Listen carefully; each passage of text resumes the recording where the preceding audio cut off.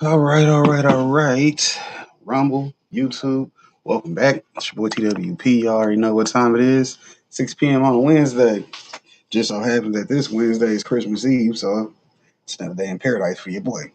Shouts out to everybody doing their little holiday thing with the family. You came by on the replay, or if you in the chat, I appreciate you for spending some time with your boy.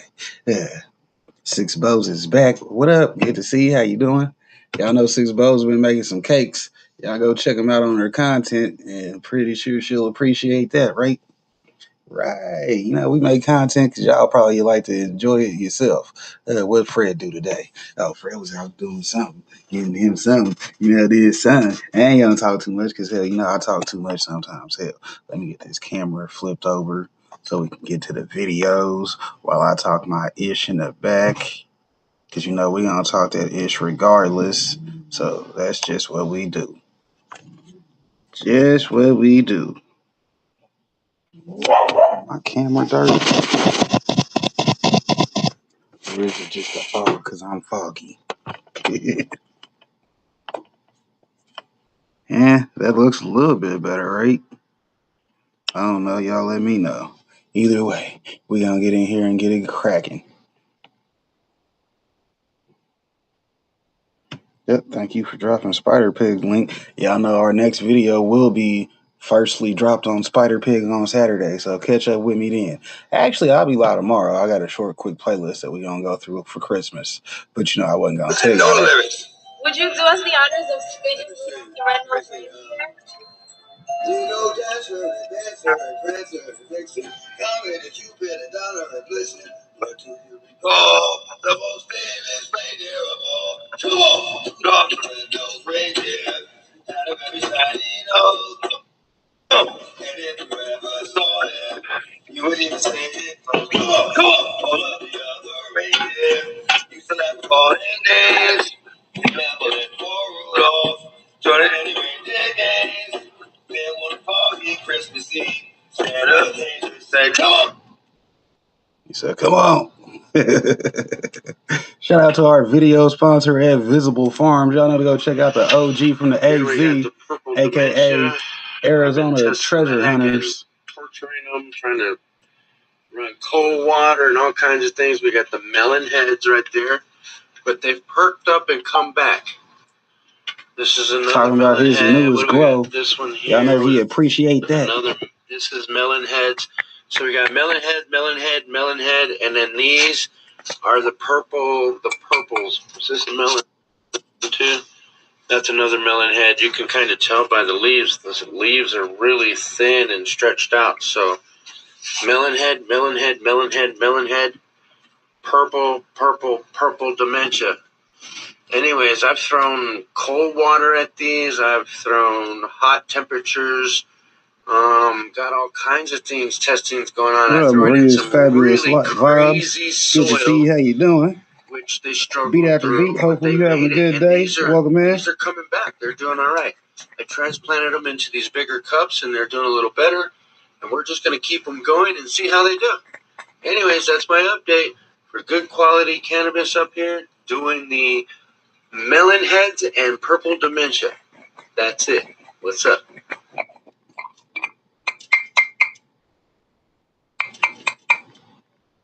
My little nephew came in the house the other day. Me and my brother, we were playing pool. He came in. He said, "Hey, Dad, what's the difference between a hypothetical question and a realistic question?"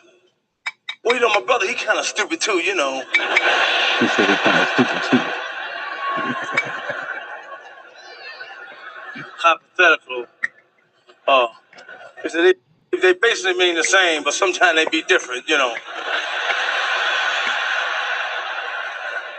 He said, for example, go upstairs and ask your mother, will she make love to the mailman for $250,000? My nephew ran upstairs, came back 10 minutes later. He said, "Daddy, Mama said she'll fuck the mailman, the milkman, and any other man for $250,000. He said, "Well, I see." He said, "Well, son, go downstairs and ask your sister, will she make love to the next door neighbor for $250,000? He ran downstairs, came back 15 minutes later, and said, "Father, Sister said she'll fuck the next door neighbor, the neighborhood, and the next block for $250,000. My brother looked at me, I looked at him. I said, tell him, man, tell him. He said, let me tell you something. Son, hypothetically speaking, we should have $500,000.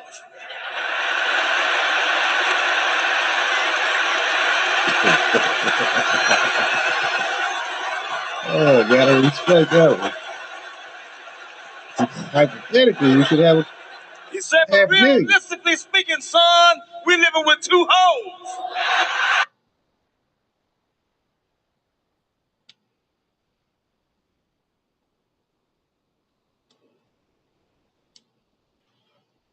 So, since President Trump signed that executive order to reclassify the good herb from Schedule 1 to Schedule 3, we've seen lots of reaction from the cannabis community, both in legal and prohibition states. Some of it good, some of it bad. But one big change that this executive order can have is in relation to the recently passed federal THC hemp ban, because there's wording in the order which specifically speaks to the new hemp Snoop changes. Dogg probably spending Christmas with Martha Stewart again. Reefer Madness propaganda is she not cooking, stopping the green wave. Else, hey guys, good evening. Yeah, this is a big day for the cannabis industry nationwide. It's the first major federal reclassification of marijuana in decades. President Donald Trump signed the executive order today reclassifying marijuana. The announcement marks a historic change, the federal government moving cannabis from a Schedule 1 to a Schedule 3 controlled substance. So what does this reclassification mean? The move formally recognizes marijuana as medical use and eases some federal restrictions for legal cannabis business. It could mean major tax relief, more room to grow, and expanded research opportunities. However, it does not legalize marijuana at the federal level. It doesn't change state laws or automatically fix banking issues. Supporters say it's a major step forward, but not the final one. And that's something we've been saying time and time again. It is a step in the right direction, but it's not the final step. The final step, the end goal that everyone wants, is descheduling, declassification, completely removing the good herb from the list of controlled substances. So despite there being a lot of benefits when it comes to this rescheduling move, including breaking the stigma, we are seeing instances where there are a lot of reefer madness propaganda talking points that are being pushed. And one thing that you guys may have seen in the news recently was that story about Nick Reiner. And that's actually now being linked to cannabis. Have a look. I want to first talk about the schizophrenia that we've learned about, because you've talked about this before, that marijuana use at a young age can also trigger schizophrenia if used early and often, and sometimes later in life. Thoughts here tonight? And so can hallucinogens, and he was well known to have been doing all of that at one time. It really may not technically even be schizophrenia, maybe just some sort of chronic illness, psychotic illness from all the brain injury of the drug. So to call it schizophrenia, to suddenly arrive at that diagnosis later, it's suspect. That usually comes on age 18 to 22. But it does bring up the issue of co-occurring disorders and addiction. It just makes things that much more difficult. And psychotic illness these days is routine, both from the cannabis and from the methamphetamine. So guys, some of this reefer madness, fear-mongering propaganda that we keep hearing is absolutely crazy. But it doesn't stop there, because we've also seen Dr. Phil doing the exact same thing. Have a look. Let me share these headlines with you. Beloved female pharmacy student, 26, shot and killed by friend who got paranoid after smoking weed together. Pharmacy student was allegedly killed by friend who became paranoid after smoking marijuana. So what happened? Police say 26-year-old Ariel Spillner was shot and killed by her friend, Jamaica Mills, after they smoked marijuana and became paranoid. Let's take a look at the criminal complaint. Mills told investigators that she and Ariel smoked weed together, and both of them just started getting paranoid. Mills told police that in her paranoid state, she thought Ariel was going to stab her with scissors. So she went into her room, grabbed her gun from her bed. Ariel then allegedly made a hand motion, and Mills fired, shooting her friend in the chest and killing her. But that wasn't the end of it. You think, okay, so she got paranoid and thought her friend was attacking her. Obviously, in a different frame of mind. She wasn't being rational at the point. This was her friend. They weren't having an argument. They weren't in a fight. Something changed her state of mind. Something altered her perception. And she shot her friend in the chest. But then she shot herself in the abdomen. Now, just stop for a second and hang with me here. Think about how much you would have to be out of your head to be sitting with a friend and all of a sudden go pick up a gun and not only shoot her, but shoot yourself. Think how far you would have to deflect from normal to do that. Imagine that in your mind, how much you would have to change from your state of mind right now as you're listening to me. How much would have to change for you to do that? So obviously, they're trying to place the blame for her actions on the good herb, which is absolutely mind-blowing. And we don't know the full facts of that story. Were there other substances that they were toying around with? No one really knows. But one thing is clear, and that's prohibitionists who are trying to make sure that the good herb remains illegal are using talking points such as, it ain't your parents' Woodstock weed. The weed nowadays is way stronger than it was back in the 80s or 90s. And that was actually asked to a doctor. Here's what they had to say. Of course, one of the things you run to as a doctor is people who self-medicate, and maybe some people might go to their local dispensary in states where cannabis is legal and buy something over the counter. And today's pot is not what it was when I was a kid. Take a look at this. In the 1990s, the average THC concentration for marijuana was 5%. 2022, with the modern marijuana flower, it's 15 to 35% with an average of 21%. Cannabis concentrates can go up to 60 or 90% potency. So people really have to be careful if they're going to a local dispensary to get something and self-medicate. They lying about exactly that. right. And John, natural does not fire, always but I don't know about safe. 60 to 90%. As you said, the concentrations are going up, and all the more reason, though, to allow these gold standard evidence-based randomized control trials so we can say exactly what is the optimal dosing. And these companies will now have tax benefits that they can use to fund their research. They were having to deal with a lot of banking and taxation issues, these producers. Now, like I said in past videos, I do think that there are benefits to come out of this, especially in some of those currently prohibitionist states. And we can see clearly the marijuana rescheduling move could boost state legalization efforts in Pennsylvania and Tennessee. But not just there, but also in other prohibition states like Alabama and Indiana. We have people that range from age 4 all the way to 95 years old coming in for the products, and they don't all come in for the products that make them feel euphoric. Robert Shade has been running the Hemp Doctor since 2018. He sells products like gummies, oils, and even seltzers for consumers looking to relax or reduce pain. They contain tiny amounts of THC, the same active chemical in marijuana.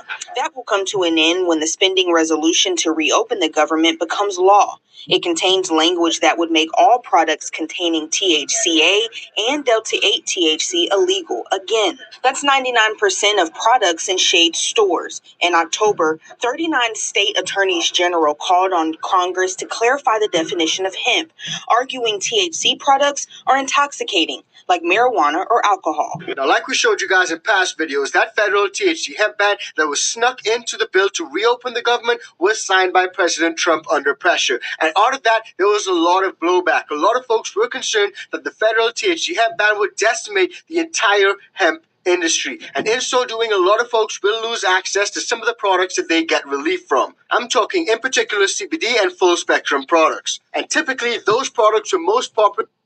That goes back to like he said, you got to remember, if the state you live in don't allow a medical cannabis program, it's time to go, because that's the least that they could offer is the medical program.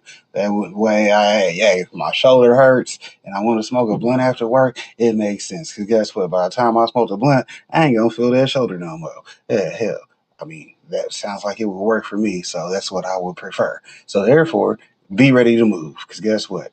As soon as your state come up with some stuff that don't sound like it makes sense, be ready to go. Oh, well, you just lost a tax-paying citizen. Why? Because I don't like the shit that y'all talking about what I could do when I'm at home and when my shoulder fucking hurting. Hell, get the hell fuck up out of here. That type of time.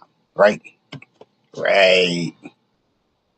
in prohibition states. But now What this up, shift Izzy at the Pop? Good federal to see level you. could impact CBD products, hemp products in states like Lawless, what Indiana. up? Have a look. Good to see And you. How you President Donald doing? Trump has signed an executive order that would change the drug classification of marijuana. This comes He said, as "Is hemp this all products are current in news?" danger of being Well, federally these are banned. actually a couple That days ban old because I would like to impact shops verify like this the one. Jack Babcock opened the information in these videos that I'll be hearing after I hear the headline of the video. So when it's like, oh, Trump's to reschedule Monday. Yeah, well, it'll be Sunday before I say anything about it, right? Because I usually put them back a couple days just to see if the news is going to be good by the time I decide to report it. Because, you know, we be trying to check our references to make sure some of this information ain't just some bullshit. You know, some of it be bullshit, but hey, sometimes it just be entertaining to me. Like, yeah, well, we got something to report about and talk about. Hell, if the people pay attention, they'll figure it out one of these days, right? Health Club last year. His business offers hemp-derived THC-infused drinks and products. He's hopeful the order could change the ban enacted by Congress when it passed a bill to reopen the government. The ban is still on the table. We're doing a lot of efforts, or we have a lot of efforts in motion right now to extend the window that they give us, a 12-month window. So hopefully that gets pushed out another 12 to 18 months. So this executive order could signal big changes for the hemp industry, especially in light of that recently passed federal THC hemp ban. And this executive order also specifically speaks to CBD products and calls on Congress to revisit the definition that's obviously too strict. President Trump signed an executive order directing the DEA to reclassify cannabis from Schedule 1 to Schedule 3. Now, that eases restrictions on medical research, banking, and taxes. The administration also launched a Medicare pilot program, allowing some seniors, starting in April, to receive up to $500 a year in hemp-derived CBD products. Congress just passed a ban on all hemp products starting November 2026, including the very CBD products under this pilot. Now, the order does say that the White House will, quote, work with Congress to update the statutory definition of final hemp-derived cannabinoid products, but what that ultimately looks like remains to be seen. Now, like I already said, the states typically most affected by the federal THC hemp ban are those currently prohibitionist states. And an example of one of those states is Kansas. And over in Kansas, they have been cracking down on a lot of these smoke shops, conducting raids and all sorts of stuff. And that actually led to lawsuits. And also led to Kansas authorities reminding folks that it's still illegal in Kansas. The Kansas Bureau of Investigation released a statement saying that growing, distributing, or possessing weed is still illegal under state and federal law. This comes in the wake of recent lawsuits filed against the KBI with local distributors trying to get their products back, which they say are legal. So it's a never-ending battle when it comes to the good herb, and these raids are only part of it. I'm going to show you guys in a little bit more detail what happened with those raids. But before we do, just a quick reminder, if you're getting value from this video, please do like, share, and subscribe to the channel. And if you want to support us further, join the ICANN VIP Bean Club or cop some merch from our merch store. We got that new American-grown hoodie up, some new merch designs. Check it out. Use the code ICANNTHC and grab it now. And if you happen to be a home gardener, try the ICANN Organics. Use the code LEGAL. It works on the bundle and the seeds. Where we begin tonight, a major statewide sting. The Kansas Bureau of Investigation and local law enforcement agencies spent the day conducting raids on shops accused of selling illegal marijuana and THC products. Attorney General Chris Kobach says the state took several reports of kids in emergency rooms after using these products. He says agents raided 10 stores in total, 2 of them in Wichita. Kicks Jack Cooper is live outside of one of those locations tonight with what we know so far. Jack. Chris Tubb, that's exactly right. I'm outside Easy Smoke and Vape on the northwest side of Wichita. And it looks like right now it is still open. They do have a lit up open sign, but when I went in and talked to someone, they said that they were closing really any minute now. But they have been open all throughout the rest of the day after those raids did happen just a couple of hours ago. Now, this is one of 10 spots all across the state being accused of... Yeah, well, that wasn't Christmas Eve. This was a couple days ago. The week before Christmas, they done got raided. And then they stayed open after the raid left. Well, what's that say? Police, they did something, but they ain't stopped nothing, apparently. Nothing. Nathaniel, Nathan, nothing got stopped. What happened? Nathan, it was just another regular day. People was hating, something got sold. by the KBI and by Attorney General Chris Kobach for selling THC vapes and also selling other products with more than 0.3% of THC. So tons of stores are being raided over in Kansas, and the products that they're seizing, the quantities, it's mind-blowing. Have a look. New tonight, we're learning more about the statewide crackdown on marijuana and THC products. We got the latest numbers from the Kansas Bureau of Investigation tonight, and the agency says they searched 18 vape shops and dispensaries across the state between October 1st and 2nd. Agents took products they allege are illegal to sell in Kansas. That includes more than 340 pounds of marijuana bud, nearly 44,000 pre-rolled THC joints, nearly 36. Oh, no wonder why this didn't make no sense, because it's in Kansas. Man, me being in Kansas City, Missouri, I say this with the deepest and utmost respect from anybody from Kansas, but fuck Kansas, okay? Yes, fuck the Kansas side. You hear why, right? They making sure they doing their damn job right before the holidays. They said they ain't want nobody over in Kansas thinking about smoking no weed. They said you're going to have to come visit your boy Fred in Missouri when you go on vacation. Hell, well, I only stay in Kansas, and well, come to Missouri for a vacation. Y'all ready to move over here? Get you a consultation. We'll get you linked up with a medical home grow program. It's coming up in 2026. It'll be in my notebook variation of how my work is going to go for the year. Because, that's what 2026 is. We don't go back through, do some notebook work. You see what I'm saying? And, basically go through some shit we done already did to see what the results was, because that's a good topic to do right there. We done did a lot of shit in our last 4 years, so hell, let's go through and run a review, right? We'll probably be starting that playlist off Saturday over here on this channel. Spider Pig got his own thing he'll do for 2026. If he decides that he wants to do it next year, hell, we might just sell the idea to somebody because it's that good.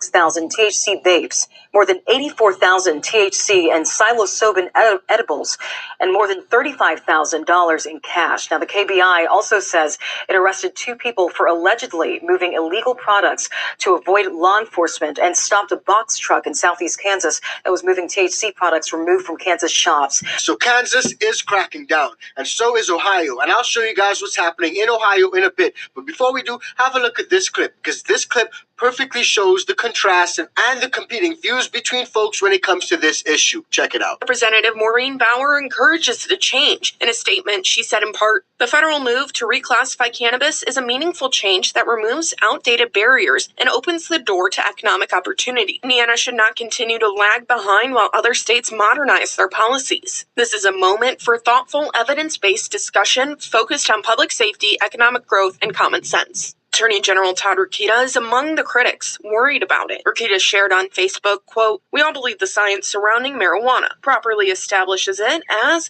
a Schedule I drug, and we have seen firsthand the harm the drug has done in our communities. The negative impacts of expanded marijuana use, especially on children and adolescents, are worrisome. Indiana is one of 10 states where recreational or medicinal marijuana use is not legal. The state only allows CBD oil for medicinal use." So like I said previously, CBD, full spectrum, hemp-derived consumables, these are really important, typically in prohibitionist states. And one of those prohibitionist states is Alabama. We've recently seen them take steps to finally roll out their medical program, but CBD dispensaries over there are hopeful after President Trump's executive order. Check it out. Autry owns your CBD stores across the Metro Birmingham area. He says the move is good for business under one condition. As long as it protects small business owners, we're all for it. Small businesses are the backbone of the country. So, that's, if it all just funnels to big markets, then that's gonna put us out of business, and we don't want that. Under the executive order, the FDA is asked to do more research on the effects of CBD while also looking at making it more accessible. If they can. Now, I don't like how he says that, though. Small business is a backbone. You know how I feel. If you ain't a business owner, you ain't a business owner. You don't care about small business or big business. That's not your business, obviously. You see what I'm saying? What do people care about? Their business. You see what I'm saying? It's not a business. It's not big business. It's not small business. It's their business. Everybody's supposed to start off with rule number 1. Mind your business. Rule number 2, don't forget rule number 1. You see what I'm saying? You see how that goes? Because when you mind your business, guess what? The only thing you got to worry about? Your business. Now, whatever your business is your business. Therefore, you should be minding it. Rule 3, right there, easy. Boom. Now that we got the first 3 rules of the game, let's go to the number 4. Okay, interacting with other people in their businesses. That's always going to be rule number 4. You better have proper intertanglement relations, as Jada would say. You see what I'm saying? You don't want to be in an entanglement without knowing the rules of the game. Yeah, that's what Jada said. It was an entanglement. Shouts out to the red table. It must have been Christmas. She was giving that box out like it was a gift. Hell, but we ain't gonna talk about Jada because we already know. Hell, we over here talking about a different lady, red hair, crazy, green eyes type chick, right? Yeah, you dig? And she crazy as hell and hard to keep around sometimes because she might be out of season. What happened? Harvest was a couple months back. He done ran through the pack. Oh shit, ain't no coming back. But anyways. Yeah, let's see where we at. Almost there. Get a prescription for Medicaid, Medicare, or through the insurance companies. I think that would be a great thing. So despite us seeing steps in the right direction and business owners, even in prohibition states, are hopeful, we are seeing big changes in legal states. And one of those states is Ohio. Because over in Ohio, they're cracking down, and the governor recently signed a bill to recriminalize certain activity, but also vetoed a provision which would have allowed businesses to sell drinks for up to 1 year. Battle over THC products continuing. Today, Governor Mike DeWine signing a sweeping hemp and marijuana bill into law in Ohio, but issuing a line-item veto that will have a major impact on local businesses. So the bill originally called for THC drinks to be allowed to be made and sold in Ohio through 2026. Well, now Governor DeWine is cutting that period down to just 90 days. Local businesses now scrambling to make changes before their products become restricted. It's not just inventory, it's also people and jobs and all those things. So sunflower's been a huge product for us over the last year. And you also have a large consumer base out there. 50 West owner Bobby Slattery is now encouraging fans of these products to reach out to their lawmakers and have their voices heard on this issue. Now, like I've said time and time again, this rescheduling does not equal full legalization, but there may be benefits and changes that certain folks may be able to see. And one of those is in relation to safety-sensitive workers. I'm talking truck drivers and the like. And according to the Department of Transportation, this order does not necessarily change drug testing for those safety-sensitive workers. What it does is reopen a long-standing issue for trucking, how marijuana reform intersects with federal drug testing and highway safety. Under current federal law, marijuana is classified as a Schedule I controlled substance. That classification is not just symbolic. It's the foundation for DOT's drug testing authority for safety-sensitive employees, including CDL drivers. FMCSA regulations prohibit the use of Schedule I drugs, and DOT drug testing programs are built around that foundation.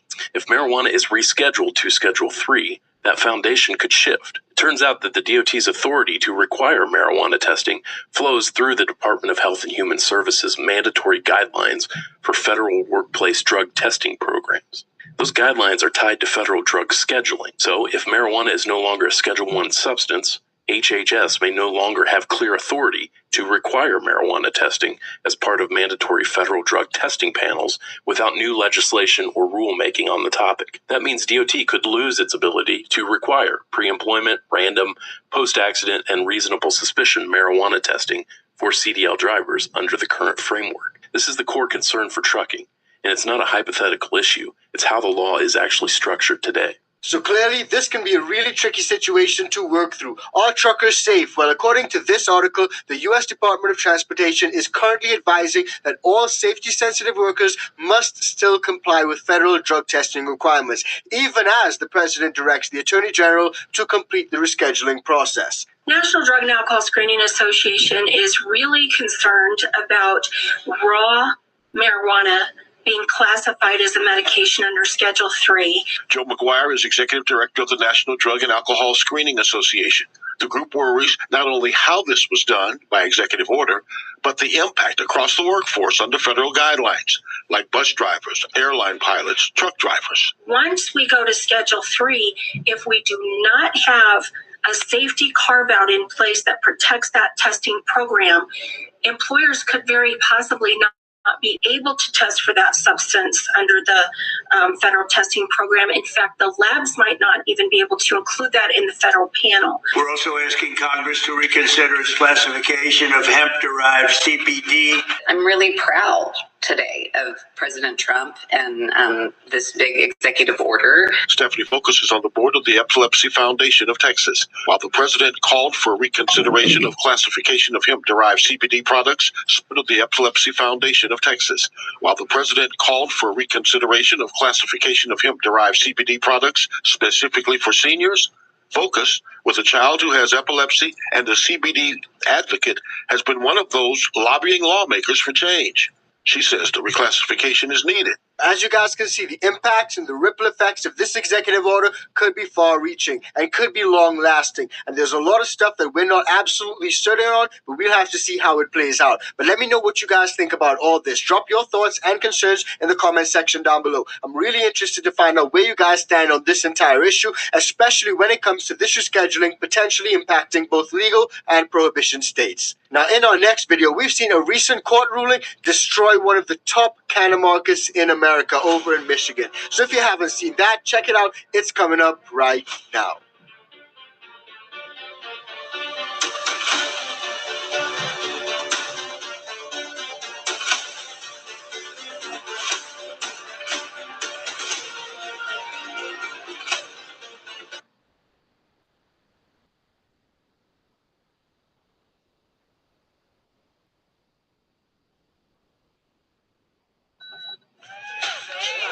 Mr. Nice Guy was blowing up, man. We got customers from all over New York. No, not that. We even stole a few from Samson. Oh, what's up, nigga? Come on in, man. Come on, wait, man. Thanks, baby. You know, he done all these scared. Yeah. Jesus. What can I get you today, He Smoke? said that must be Lovely. Let me get a pound of your Swedish chiba. Damn. Yeah, something told me to bring a lot of weed, man. Yeah. Pound of my Swedish chiba. Don't get no better. we already know pre-rolls is bag, just baby. the shit out of their packs. Bucks, bro. What I got here? Yeah, sometimes you get a little, sometimes you get a lot, right? Come on, man. Small Hang out for a buds, minute. pre-rolls. I got Ugly buds, pre-rolls. That molded shit. I'll stay with something else that's good, pre-rolls. Gotta be going. And man, Smoke opened up to me like I was Barbara Walters. It's ridiculous. He told me about his lawyer. He had sex with my Crip over mama. here laughing. Why? Spirituality. Said pre-rolls. If you listen, Hell. help! That new Doctor said I need a bacchiotomy. that new guy that nobody knows his rap name. Yeah, the album pre-rolls. That one single was fire though. You see what I'm saying? The first hit might have been good, but halfway through you hit the molded shit, right? So now we had famous Yeah, client. you get a couple good hits, you know. Mwah. And guess what else? Call me next week. About weed. Yeah, you know, call me about weed. You know, indoor garden. We told them, yeah, we'll get it grown in your home. You ain't even got to go nowhere. Thank you, Mr. Chairman. Mr. Klimas, I had mentioned that currently there's a proposal to reschedule cannabis, right? And to a Schedule 3 from a Schedule 1. Can you expand on why we still need, even if that happens, why do we still need to enact specific cannabis banking legislation such as SAFER? So, you know, the protection for banks, the legality for banks in this perspective is not tied to the scheduling. So there is indication from the administration that they may be looking towards directing agencies to move cannabis from Schedule 1 to Schedule 3. That impact on state markets, it does not impact the state's legality of the market and the way that they operate and sell products. They're still illegal. They're not FDA approved products. So that doesn't do anything for the risk with banks and current financial guidance. The FinCEN guidance from 2014 would be the same type of guidance. So it would still be illegal commerce at the state level, whether it was a Schedule I drug or a Schedule III drug. Yeah, thank you. And I appreciate the chairman's comments with respect to the market as a whole. And I noticed you might want to respond to some of it, because let me ask you this. Just like the patchwork of state laws that you have just addressed, technically, when it comes to cannabis, each state right now, because the federal legislation is there making it illegal, each state has its own regulations, right? How would you address some of the concerns the chairman talked about with gummies and the regulation of some of the flavoring? And is each state different? Is there a standard that we should be looking at? Can you talk a little bit about that? Sure. So, I mean, yes, we have a patchwork of regulations. Each state takes a different approach. And I think overall that is recognizing a lack of standardization among this industry over 40 states. There are groups, the Cannabis Regulators Association, which I helped found.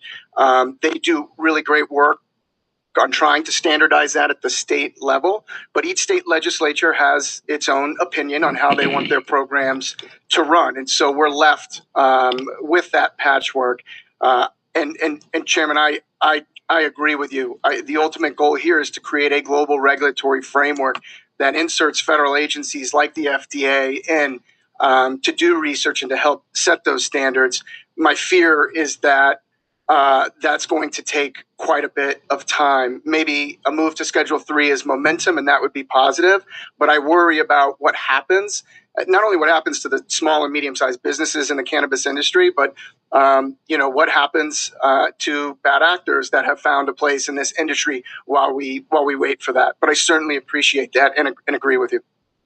And then would you address the cash-intensive nature? Because that's still a concern, and that's what this Safer Banking Act is really trying to get at this one small piece of it, and the concerns there about public safety when it comes to cash-intensive businesses like cannabis businesses.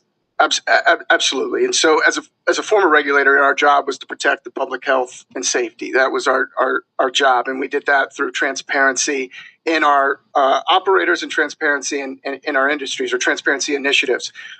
Most state regulatory bodies have a great understanding of the operations of cannabis businesses. We do that through seed to sale tracking, which is a requirement. So we know product from when it's planted to when it's sold.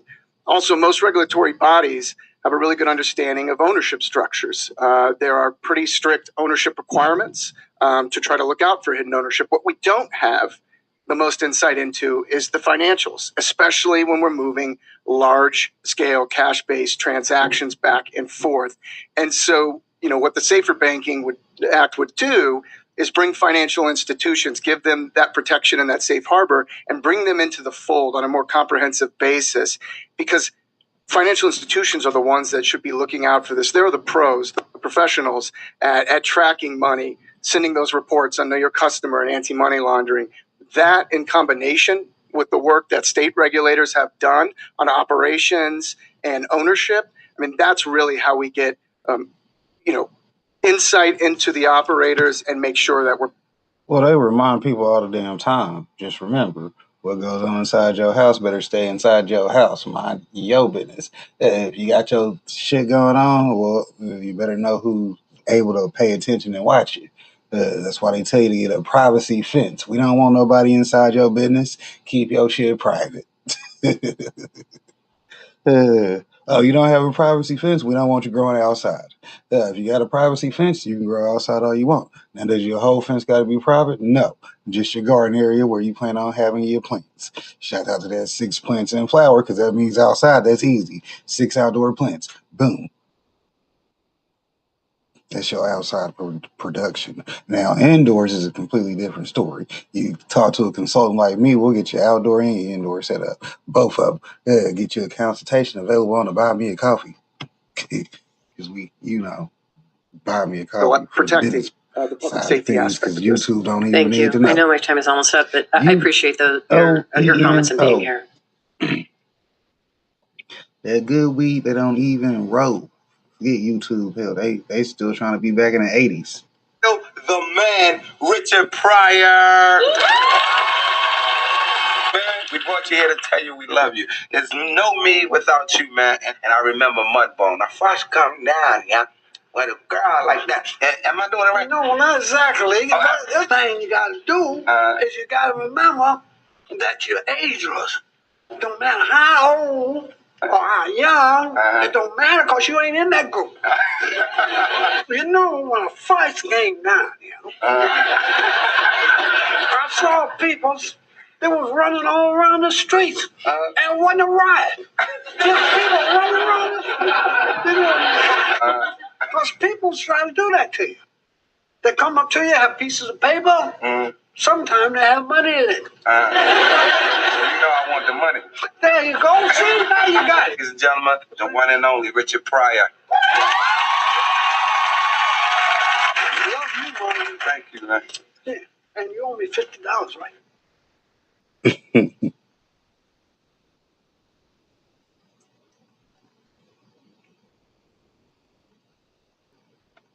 You know, we still give Martin all respect, although, you know, he was one of those. Hey, man, speaking in his dress too welcome to the much Grow ass Tent, niggas. everybody. You have found the best growing channel too on much. YouTube. God man. damn, A place Martin. where we simplify the approach for you so everyone can learn how to grow. We make it so simple, even I can understand. Ain't no miss So that I'm show, going to beat after listen beat. That's and what you're learn supposed to be right watching on fucking Facebook, man. You get in them groups, tell people that we're gonna be watching Fresh Prince while we do a beat after beat show. We ain't gonna actually do it. That's what they supposed to be doing, right? In your soil. Y'all could be watching Fresh Prince while you're watching beat after beat. Same thing. To you, but Multiple this is things on one screen, that right? is correct. Put It them is all up true. there. And today we're going to talk about how to use it, when to use it, and the different kinds to use, because you can't just use any old salt. There's very specific salts that you need to use, and it'll turn out really, really well for your plant if you use them. All right, and that's what we're going to talk about today. But first, guys, and of course, it's the intro, guys. Please remember to like, comment, subscribe. Watch the full video. It helps out the channel a ton. If you haven't subscribed yet, you should subscribe. Also, if you want to hang out with me more, you can head over to WTTGT, and you get video calls, all kinds of really cool benefits over there. You might want to check it out. All right, guys. Let's get today's episode started. Enough of that silly intro. We kept it nice and short today. Today, we are going to be talking about salt and putting it in your plant. I had a person that was slightly confused on this and used the wrong kind of salt, which beginner mistake. You hear somebody talk about putting salt in your plant, you figure, hey, I've got salt right here, let's try it. That's not the same kind of salt that we're talking about. So today we're going to be talking about Epsom salt. Let's go over just a touch. We're going to be talking about Epsom salt, not this kind of salt. This is like kitchen salt or iodized salt. Kitchen salt or iodized salt is sodium and chloride. And that's not what we're talking about today. Today we're talking about Epsom salt. Whenever we're talking about putting salt in plants, we talk about Epsom salt, which is magnesium and sulfate. And so you can obviously see they're differently chemically made up.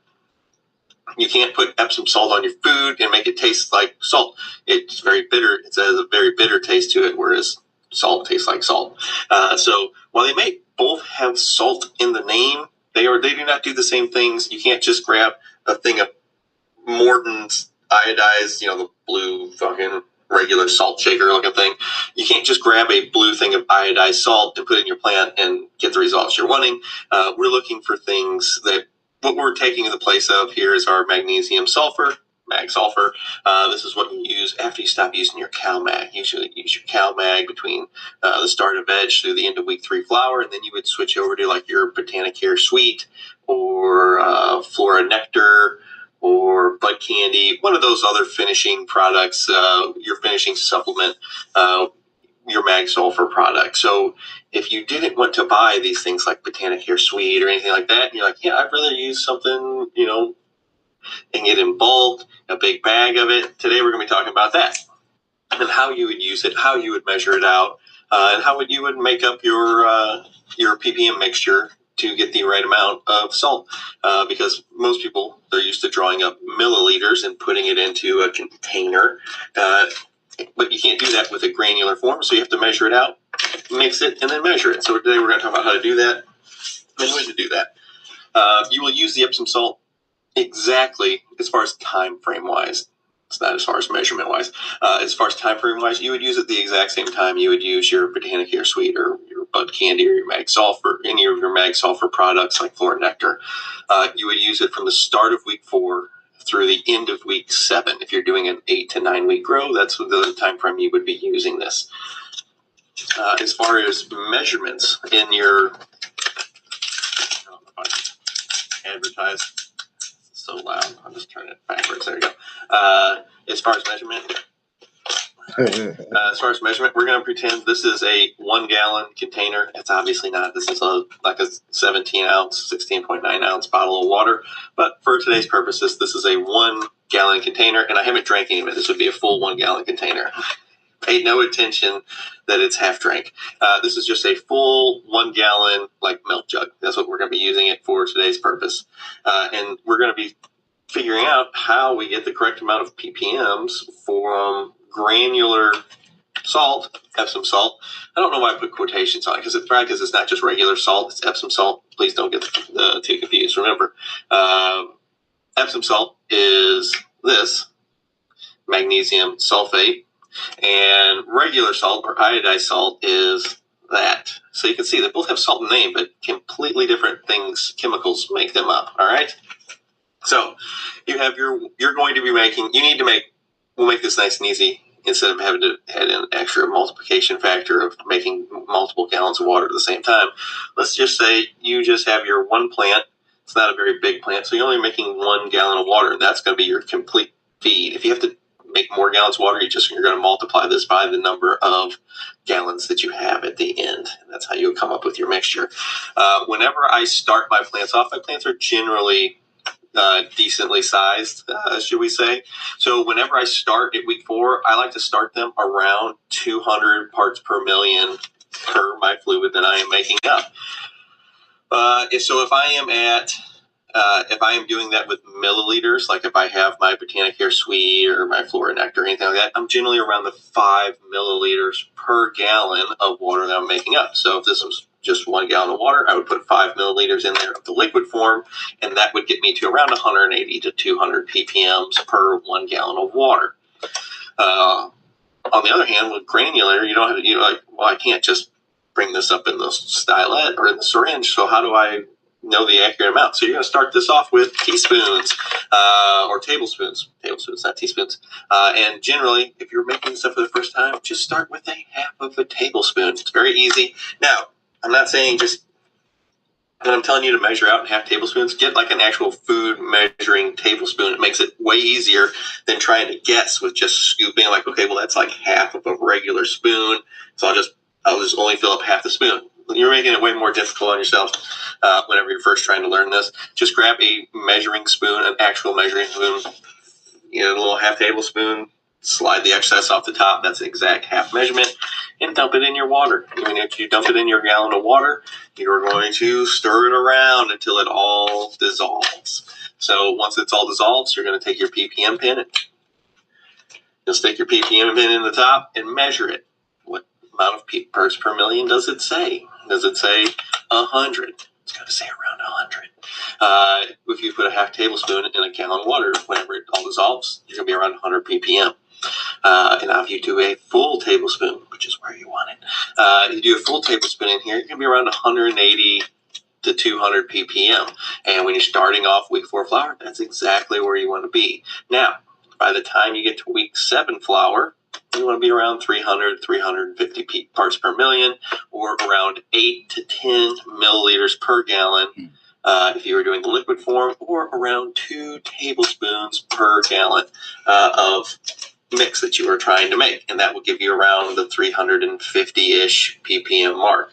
The biggest thing is make sure it's all dissolved before you try and measure the ppm, because if you don't do it that way, let's say you put your stuff in here, you stirred it around real quick, and it still wasn't fully dissolved, you're not going to get the right ppm number, which would cause you to add more than you need in the scoops.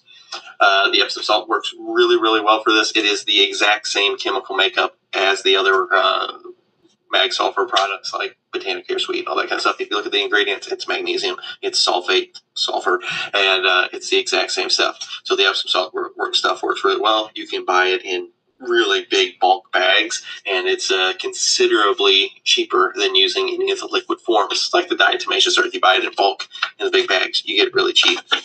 It's the same purpose here with the magnesium sulfur product or the Epsom salt. the other part is, if you're sore, you can always soak in it in a bath. That's the other one of the other uses for Epsom salt is for soaking, and soaking yourself. But the plants like to be soaked in it. Also, it's just you use it at the end of flower. There's no reason to add it before the flower. The other thing is you can top dress it in if you would like. I would recommend this when you're new, especially if you're just using like a regular spoon and not the measuring spoon like I told you. But you can actually just sprinkle it around. Take your tablespoon, sprinkle around the top of your soil, top dress it in, and then every time you water, you'll be doing that also. But I've always found it way easier, and I get way better mixture through the soil whenever I do it as a soil drench, wherever I mix it in here, and then I water the soil with the water that I've mixed my granular stuff into. Salt is grain, it's granular. It looks like this. It looks pretty close to regular salt. This is just another naturally occurring mineral that you can find in the ground. And I hope this information has helped out. Don't use the Morton's iodizing salt. Morton's actually does make Epsom salt, but don't use this stuff. This is what I'm talking about. Don't use. This is not the salt we're talking about when we're talking about adding salt into your flower for bigger buds. It's the other kind. It's the Epsom salt. All right. I hope this cleared up any kind of confusion, guys. And don't worry if you guys have made this mistake, or you thought, oh my God, I can't believe I did that.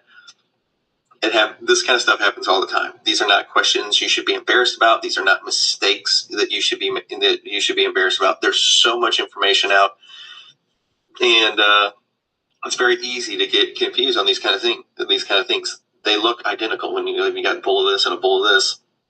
They both just look like salt, so you would think they'd be interchangeable until you look up the chemical makeup that they're made of, and you can see, like we showed earlier, that they are not the same.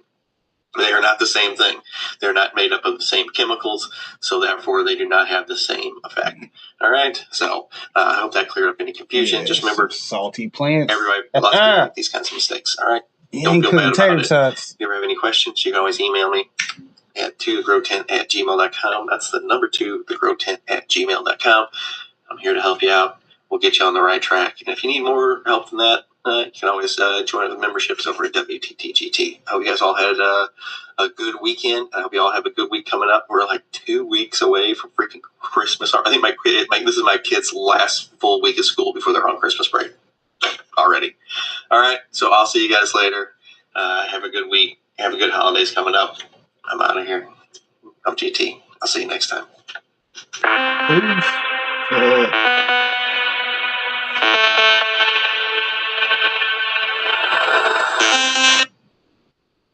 Y'all know to go check out his original content on his channel. Hit his like button for him, because we will. Hey, bro, which city would you live in? Gotham City or Metropolis? That's easy. Gotham City. Why Gotham City? Because think about it like this. Most of the problems you'll run into in Gotham, especially the villains, can easily be dealt with by keeping a strap on you. No, that's a lie. I don't believe that. Bro, the only people you really have to worry about is Clayface, Poison Ivy, Mr. Freeze, Bane, and Killer Croc. Everybody else is fair game. Because I know for a fact, Joker, Penguin, Harvey Dent, Scarecrow, and everybody else in this motherfucker is not bulletproof. I know that shit for a fact. I mean, you do have a point on that. But Metropolis? Hell no. You'll die within the first week. I mean, the Superman's Metropolis. Doesn't that count for anything? And look at Superman Rogues Gallery. Metello, Atomic Skull, Lex Luthor, Brainiac. Last time I checked, a lot of these motherfuckers are bulletproof. The fuck is a gun gonna do to that shit? That is true. Exactly, so I'll take my chances in Gotham City, bitch. What the fuck is a gun gonna do to that shit? I'm gonna have to check and see if bro got some new updates for the 2026 rollout.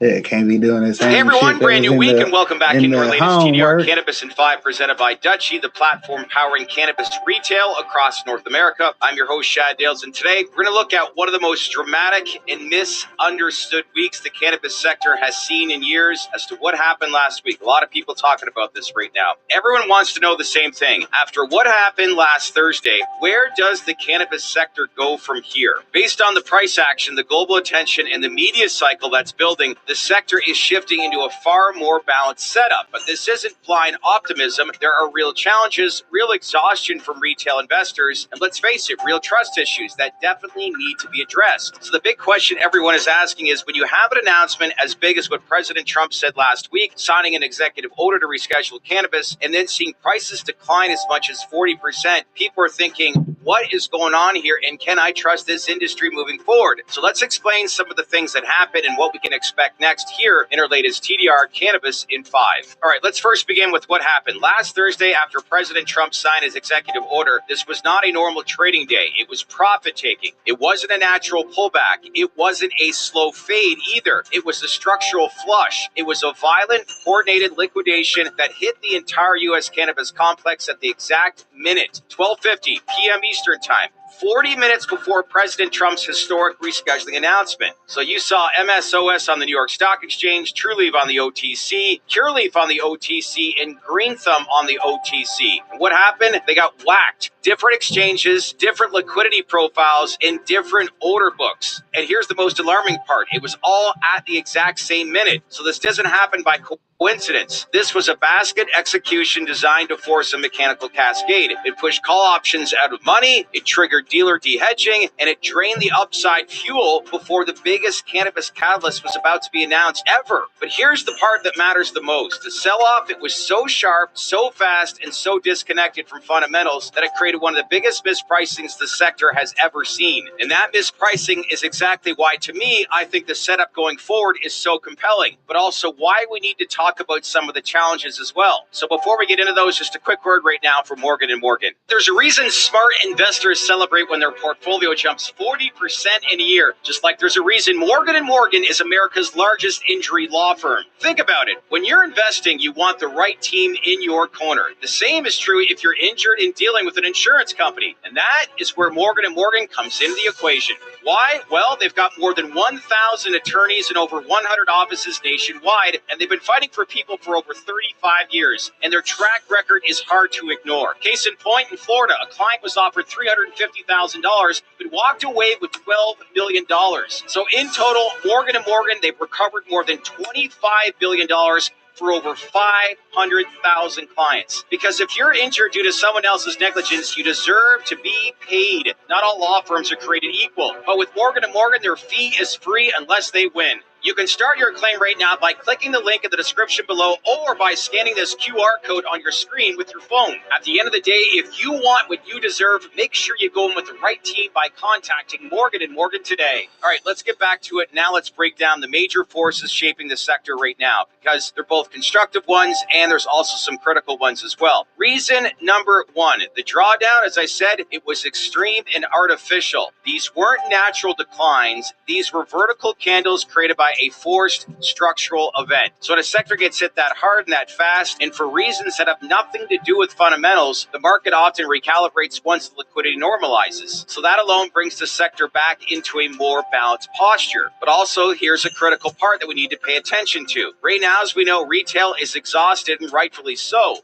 Retail has indeed carried this sector for years as well, and they've been burned by false starts, political delays, and broken promises time and time again. So the end result is the trust is low and the patience is thin. And Thursday, it did not help. So if this sector is going to move sustainably, it cannot rely on retail alone anymore. So let's now focus on reason number two, the rescheduling news and how it received global attention. So this wasn't a niche cannabis headline. This wasn't a small regulatory update. This was global. International outlets covered it. Mainstream media covered it as well, along with financial networks. And in addition to that, political commentators covered it as well. So that leaves the world now knowing that the U.S. government is moving to reschedule cannabis, which is great. Something that was considered impossible for decades is now becoming a reality. So that kind of global visibility, it does not fade whatsoever. In fact, it builds and it compounds. But again, here's the critical angle. Attention alone, it isn't enough. The sector needs new buyers, and we believe there's new buyers coming. So retail, as we know, it can't do it alone. We've seen Canadian institutions, but somewhat limited. But the real unlock is going to come from U.S. institutional capital and funds. So the good news, at these entry points with the catalyst, U.S. institutions can begin stepping in faster than people expect, especially funds that specialize in regulatory inflection points. So keep your eye if that indeed starts happening right away. Now let's move on to reason number 3, and mark my word on this. Major mainstream media outlets are going to cover Thursday's event. Mark my word, I believe that's going to happen. These outlets could be preparing to write about what happened Thursday, the timing of it all, the flush, the mechanics and the reaction, and the political implications. The story is too big to ignore. If those stories do hit, 2 things to keep your eye on.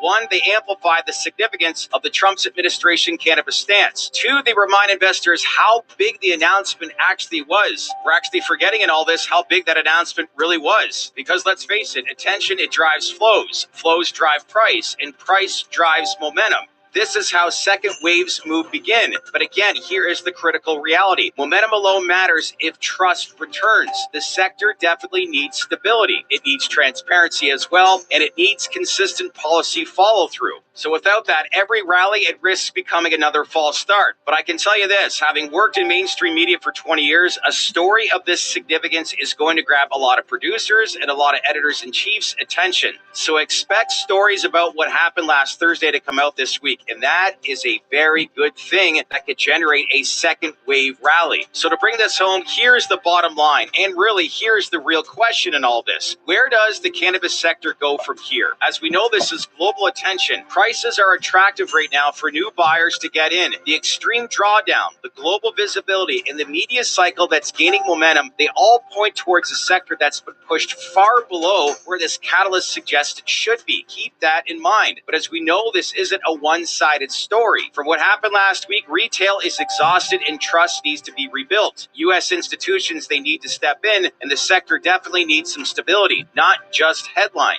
At the same time, prices were artificially pushed down.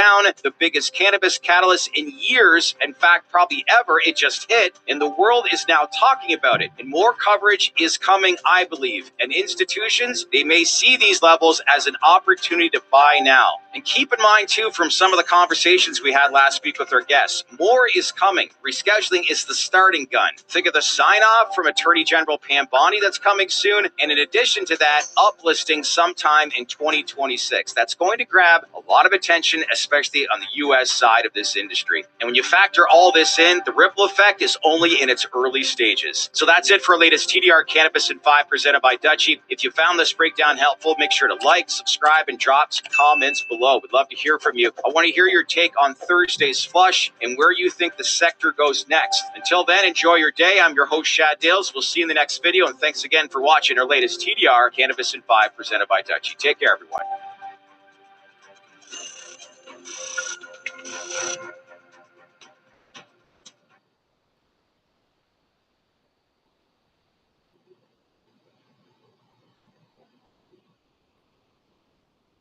Cannabis is not just about the THC. And for you newbies that are growing or just getting into smoking cannabis, you need to stop reading these labels and chasing high THC numbers. And in this video, I'm going to explain to you why. What's going on, guys? It's Chris here from Ambrosia Buzz. And one of the biggest mistakes I see new growers or new consumers when it comes to using and growing cannabis indoors or at home is everybody's constantly assuming that a higher THC content means a better quality weed. That's really not how it works, guys. You need a little bit of an education, so hence me making this video. Guys, when it comes to THC, I always compare everything in cannabis to like cars because I think it's the easiest analogy for me and maybe somebody to understand. THC is the motor. It's the horsepower that's driving your high. But the problem is if you're just getting cannabis or reading labels and shooting for cannabis with a high THC, you're only getting half the package, because if that horsepower, that THC level, isn't balanced out with the right terpenes, you're not going to get the best experience. But the reason for this, chasing the THC number, it's simple marketing, guys. THC is easier to test than terpenes. It's easier to understand. It's a one-stop shop as far as marketing. And when you throw something on a label that says this has 15% THC and this has 30, more than likely somebody that's wanting the ultimate high is going to go for the higher THC content. However, if you have the right balance of the certain terpenes to match your THC, it's going to be a better experience, because what the terpenes are is they're more like the drivetrain and the suspension. There's no point in having a big ass motor in a car if you can't get all that horsepower to the wheels into the road. And that's what the terpenes do when it comes to cannabis. And the reason I think when it comes to marketing cannabis, this isn't done, is because it requires a little bit more of an education. You know, a lot of people compare it to just alcohol when you're saying, oh, well, this has a higher alcohol content. Okay, let's go down that road for a second. Just because something has a higher alcohol content doesn't mean you're going to get a more pleasurable experience from drinking that alcohol. Prime example is wine versus moonshine. You know what I mean? So you have to really balance out the terpene flavor profile of the cannabis that you're either growing or that you're buying at shops with the THC levels, because without the right terpenes, you're not going to get the high that you're looking for. And with the right terpenes, you're going to get a better overall experience when it comes to smoking cannabis.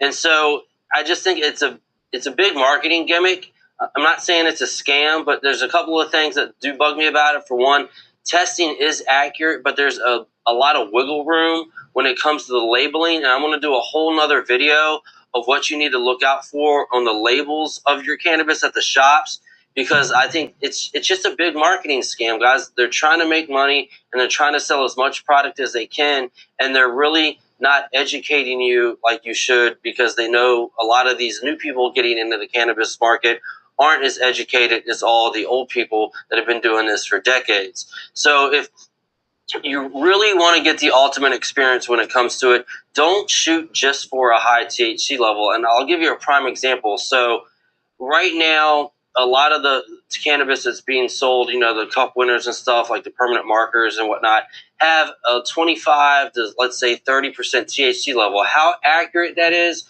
depends on how it's grown. It's a lot of factors, how it's tested. But back in the day, DJ Short's Blueberry was the high, you know, that was a high THC level of 18%. And a lot of people still lean towards that DJ Short Blueberry, if you can find it, because it has a good terpene profile to match the THC content that's in the plant. That's the difference of somebody that, you know, knows how to purchase cannabis or knows how to grow cannabis to somebody that's just chasing the THC content. And don't get me wrong, I fell for it, you know, getting grease monkey, motor breath, and stuff like that, because people like to hear the high THC level. But once you educate yourself a little bit more on the terpene profiles, which I'll do late in a later video, and I'll actually refer a book for everybody to read. I'm all about the books. I know you guys might like watching the YouTube videos, but I think the best way to retain and understand knowledge is actually to physically read something. But if you like what I'm talking about, do yourself a favor, subscribe to the channel, ring the notification bell, because my next video, I'm going to actually break down what's going on with the labels that come on cannabis and what you got to look out for to really get what you want and hopefully save you some time and money, depending if you're growing or you're purchasing. That's it, guys. Peace, stay green, and keep growing.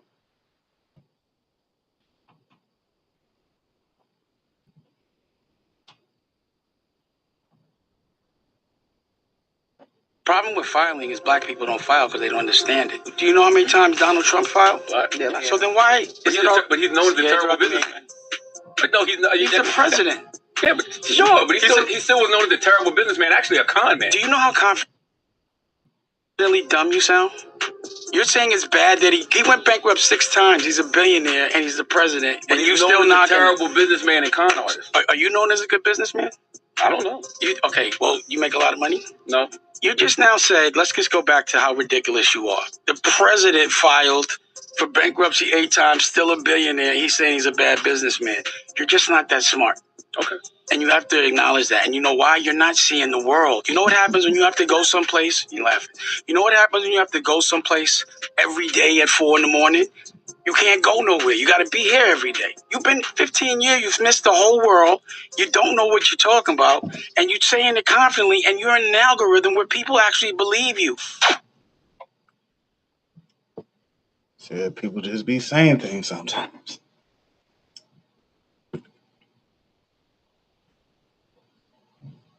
Hey everyone, welcome into our latest TDR Cannabis in 5. I'm your host, Shad Dales, and today I'm going to talk about something that doesn't get enough attention, and that's messaging. Look, as we get closer to a possible, and I want to say possible, rescheduling announcement, fear-mongering campaigns are popping up online everywhere. They're not organic, they're paid, and they're designed to stall momentum. We talked about this earlier this week with Kyle Sherman, CEO of FlowHub, who's been vocal about this on Twitter, pointing out how opponents are spending money to amplify narratives that don't resonate with the public. So the question is, how does the cannabis industry respond, and what needs to change? Well, we'll explain it here in our latest TDR Cannabis in 5.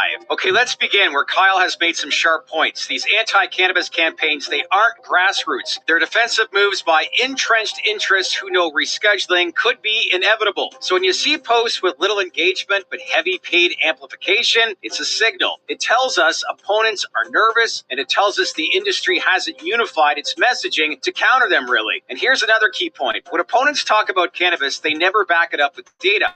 It's all about emotional language, meaning fear-based rhetoric, a worst-case scenario. Meanwhile, the regulated cannabis industry has mounting data, anything from research to tax revenue numbers to public health studies that show cannabis markets reduce harm, generate jobs, and expand medical access. So we'll explain more into detail what some of this information is, but first a quick word from Morgan & Morgan. There's a reason smart investors celebrate when their portfolio jumps 40% in a year. Just like there's a reason Morgan & Morgan is America's largest injury law firm. Think about it. When you're investing, you want the right team in your corner. The same is true if you're injured in dealing with an insurance company. And that is where Morgan & Morgan comes into the equation. Why? Well, they've got more than 1,000 attorneys and over 100 offices nationwide, and they've been fighting for people for over 35 years, and their track record is hard to ignore. Case in point, in Florida, a client was offered $350,000, but walked away with $12 million.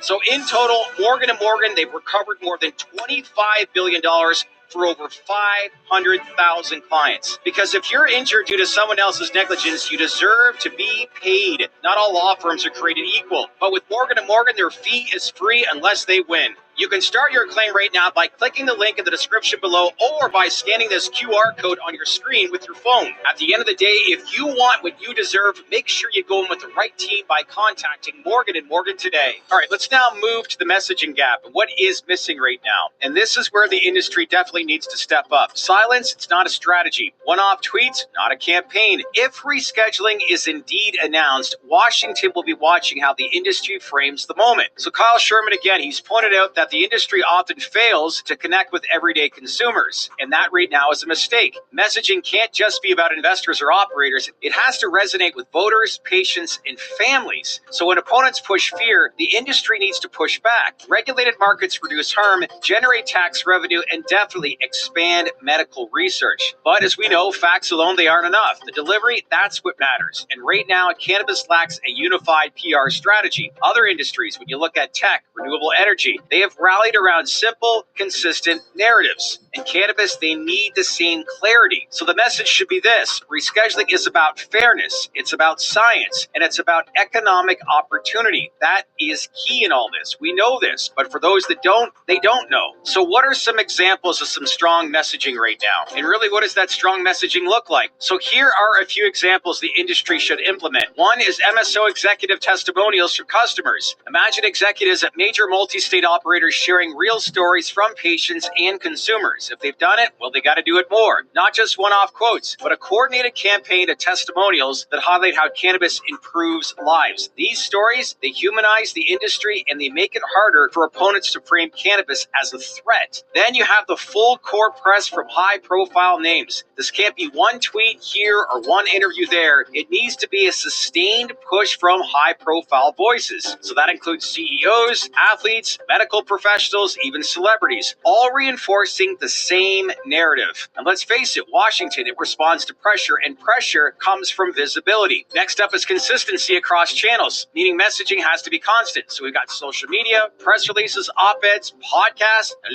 all saying the same thing. The industry can't afford fragmentation right now. Another thing to point out as well is framing rescheduling as a win for research and tax fairness. So every message should tie back to the benefits, expanding medical research, relief from 280E, and economic economic growth. So these aren't just ideas, they're solutions. They're the kind of strategies that can shift the narrative from defense against fear-mongering campaigns to offense that builds confidence. We need some confidence. So now let's prepare in the event rescheduling is indeed announced. So if rescheduling does happen, the messaging has to evolve. Right now, the industry is fighting fear campaigns, as we know, and we've explained. But once the announcement is actually made, then the conversation definitely changes. So the narrative should highlight confidence in all this. Investors can trust the sector. Consumers, they can feel safe. And regulators, they can see the benefits indeed. This is all about momentum. Rescheduling isn't just legalization, it's a step that normalizes cannabis in the eyes of many Americans, many policymakers, and the overall public. And Kyle Sherman has said that these fear campaigns are defensive moves, and I agree with them. Opponents know rescheduling is inevitable, so they're trying to stall momentum. That means the industry has a chance to flip the script. The question is whether leaders will seize the moment or let it slip away, though I do think they are seizing the moment. It's just got to go to a whole new level. So really messaging, it will determine whether reschedule builds confidence or it fuels confusion, and you don't want confusion right now. The industry, as we know it, it needs to be ready for this opportunity. So in closing in all this, the cannabis industry, again, it has the fundamentals. It has the jobs, it has the tax revenue, medical research, consumer demand. What it doesn't have yet is a unified voice. As fear campaigns definitely ramp up, the real test isn't just policy, it's whether the industry can indeed own the narrative. So rescheduling, as I said, it could be announced within the next few months. And if it is, the industry indeed needs to be prepared. So that means testimonials, means high-profile voices, and equally as important, a consistent messaging across every channel. Washington moves when pressure builds, and pressure comes again for visibility. So we'll keep tracking this story closely because when rescheduling does happen, it won't just be a policy shift, it'll be a messaging battle. So stay tuned, stay connected with us here at TDR Cannabis in 5, and let us know by leaving your comments below on what you think the messaging has to be within this industry in the event rescheduling happens, or for that matter, how it should be with or without it. Again, let's keep this conversation going, so leave those comments. As usual, make sure to like, subscribe, and smash on that bell for all notifications, and stay connected with us here at TDR Cannabis in 5. That's it for now. Enjoy your weekend. I'll see you in the next video, everyone. I'm your host, Shad Dales, and thanks again for watching.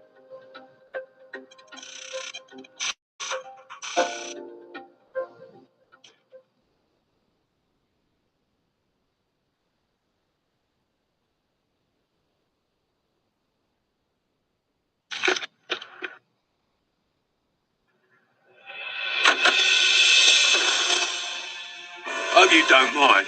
We made some tea.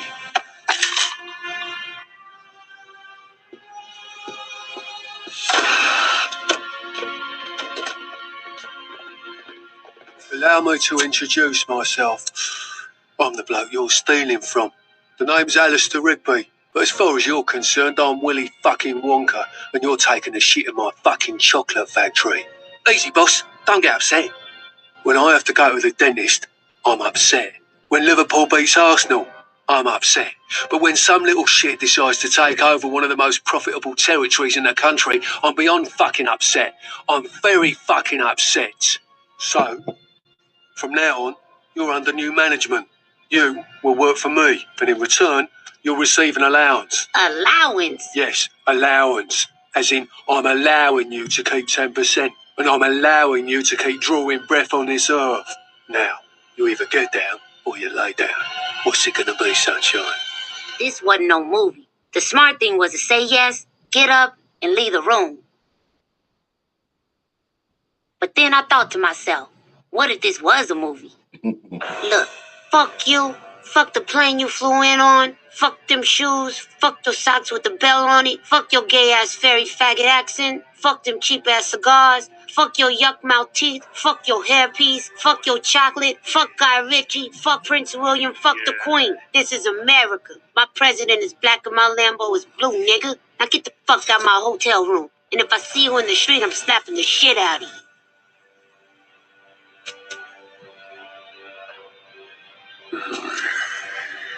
I think this one spent too much time in the cinema. Teach this cheeky bastard a lesson. Nobody fucking move! Oh, man, this is bad. What is this? A casting call for the Sopranos reunion? Do me a favour. Tell room service nobody here ordered the extra large whop with a side order of whops. Whoa!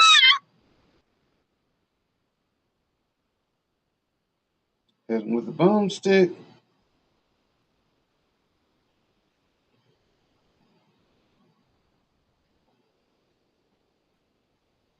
Next year at this time, seeds will be federally illegal. If they got to start sourcing their seeds differently, or they got to start paying so much more, you're going to see that price increase on the shelves, and this is going to be nationwide. Not apologetic. Nonsense. As I'm sure you saw, the government is back open. Don't notice a difference myself when it's closed, but that's a whole nother thing. What does matter is what they included in that bill to reopen the government. So it was Team Red that put in this law and got every grower in the nation alarmed, okay? They have just outlawed seeds. Seeds. Over the past 10, 15 years, you can buy seeds in the U.S. because they contain less than 0.3 or 0.03% THC.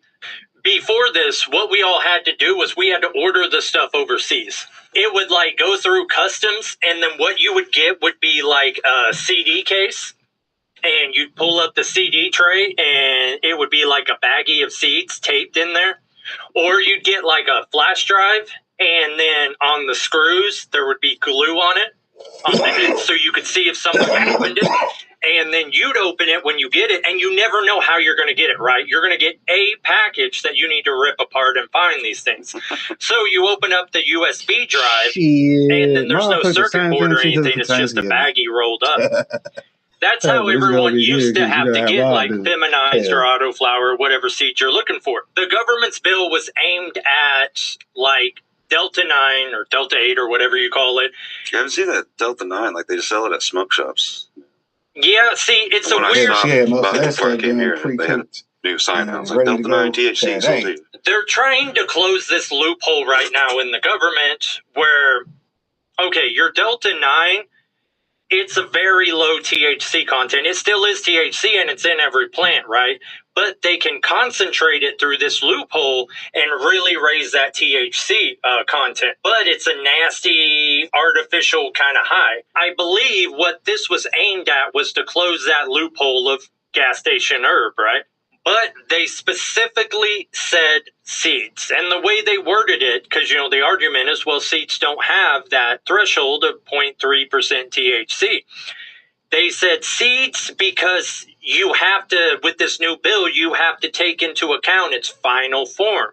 And that seeds grow up into something that has more than 0.3% THC. But they specifically put seeds into the bill. Now, it's already passed, it's already law, but it doesn't go into effect for 12 months. So I'm assuming that something will be done and people will fight back. But already growers are stocking up, buying thousands of seeds, you know, because you now have these American companies who are working on genetics. You got like Royal Queen Seeds, Fast Buds, even local companies like Growlahoma. And Growlahoma already sees the writing on the wall because they won't even let you buy with like credit cards anymore. You have to buy with like crypto and stuff. Yeah, so I don't even know. That's how I used to have to buy Kratom.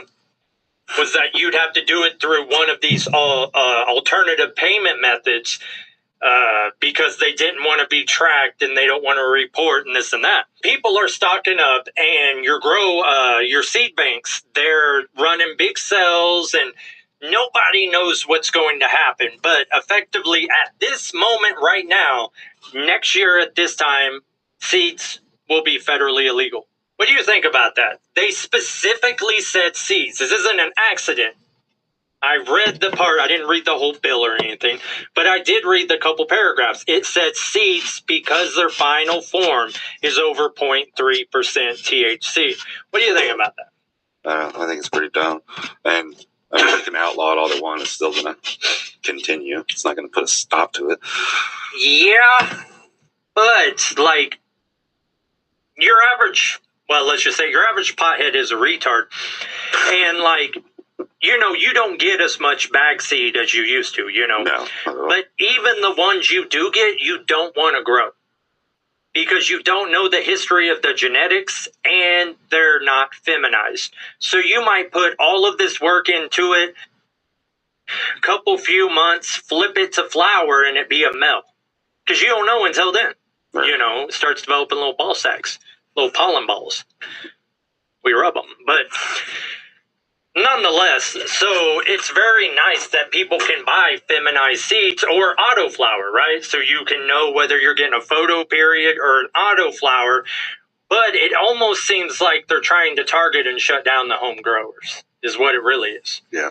Even though, like, if it depending on your state, our state, you can pay, who knows, $100, $300 a year, and then you can grow 18 plants, technically.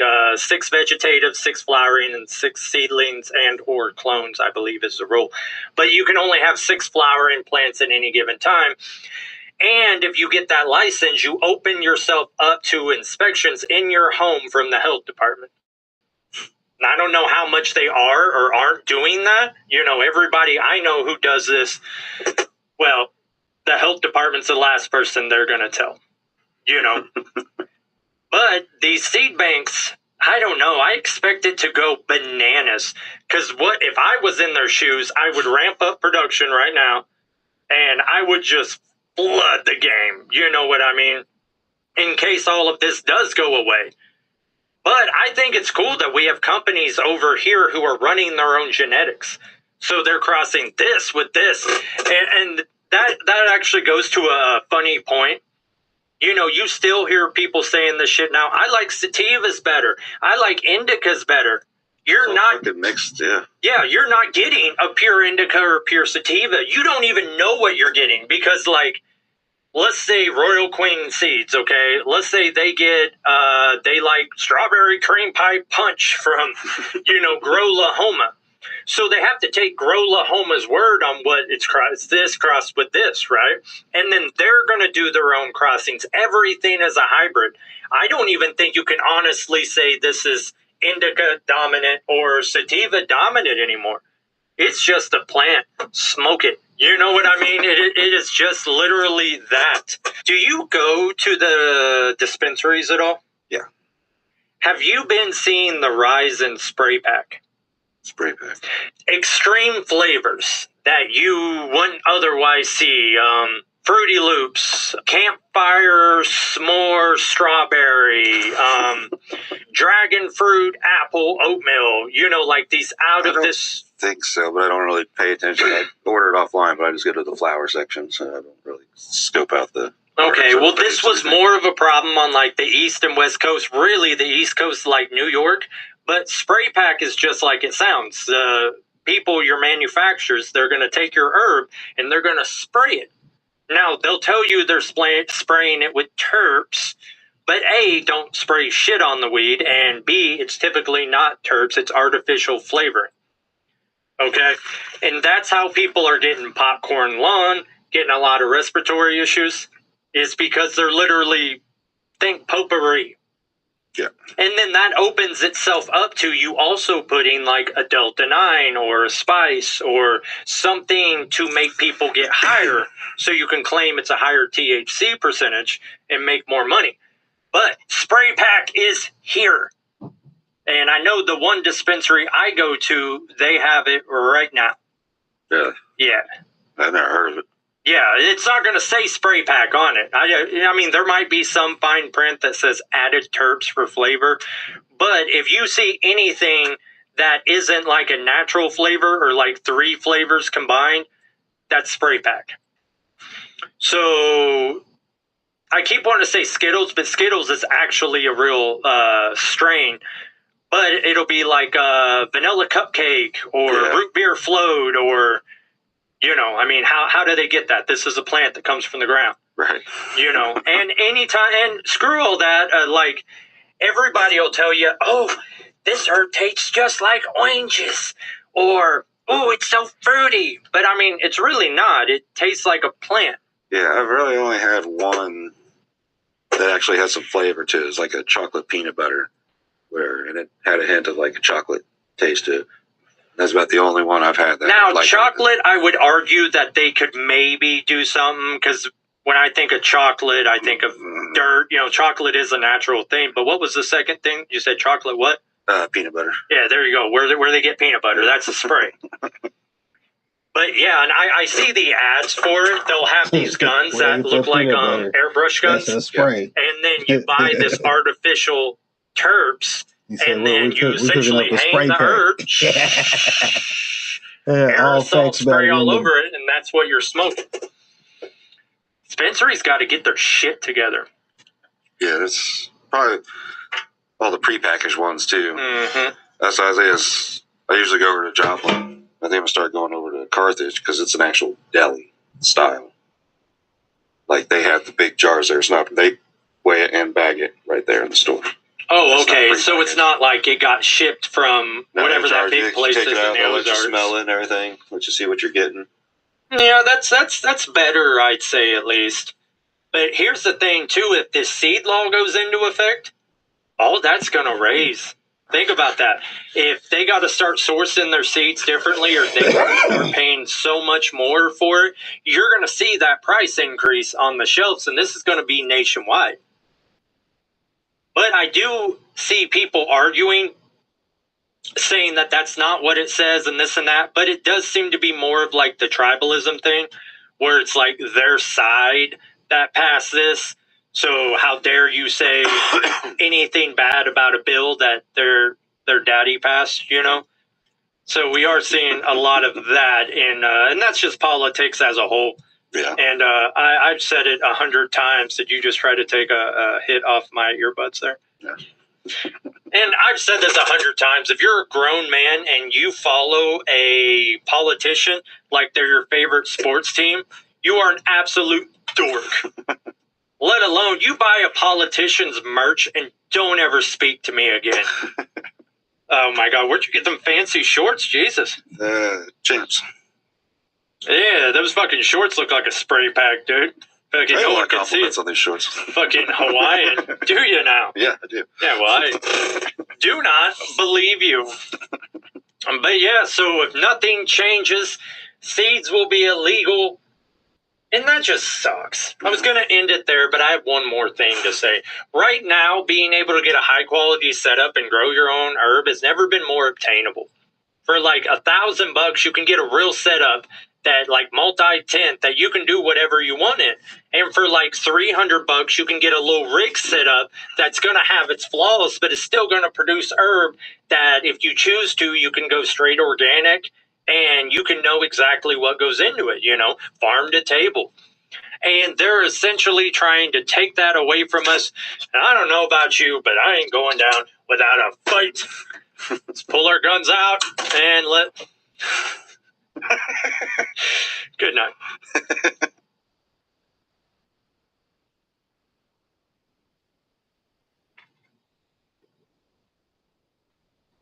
Hell, back in the 60s, I was smoking shit on the street. Cops didn't say nothing. Hell, it's getting high, too. Everybody was doing it. It wasn't a thing to do because it was a thing to do, you know. It was a thing to do because it got you high. Can you do? I feel you. Nah, that's why I'm doing it. I feel it. Yeah. Man, you cool as shit, mister. I hate to do it, but I gotta charge you. That's $60. $60? Yeah. Man, I remember when a dime bag cost a dime. You know what I mean? You know how much condoms used to cost back in them days? How much? I don't know. We never used them. So that's why he was asking how much they cost, because he ain't know. You know how much they cost back then? Shit. Hey, everybody. Hey, what's going on? Welcome into our latest TDR Trade to Black weekly recap presented by Dutchie. I'm your host, Shad Dales. Lots going on this week. Just got back from Vegas and a lot of stories that we heard about what's next around policy, business, and regulations. So when we look at this week, there are a few stories that did develop from the U.S. Supreme Court's doorstep all the way down to Texas regulators. So there's a A lot of moving things going on in the space right now, so let's get into our latest TDR weekly recap presented by Dutchie. All right, first up, there was a major constitutional showdown and is now officially in the hands of the United States Supreme Court. So what is it? Well, three heavyweight legal organizations, the Americans for Prosperity Foundation, the Cato Institute, and the Pacific Legal Foundation have filed amicus briefs urging the court to revisit, limit, or overturn Gonzalez versus Reich, the 2005 decision that gave Congress sweeping authority to enforce federal marijuana prohibition, even inside states with legal cannabis. So as we look further, the case at the center of all this is Cannabis Provisions versus Bondi, and this question is simple. Can the federal government regulate cannabis activity that never crosses state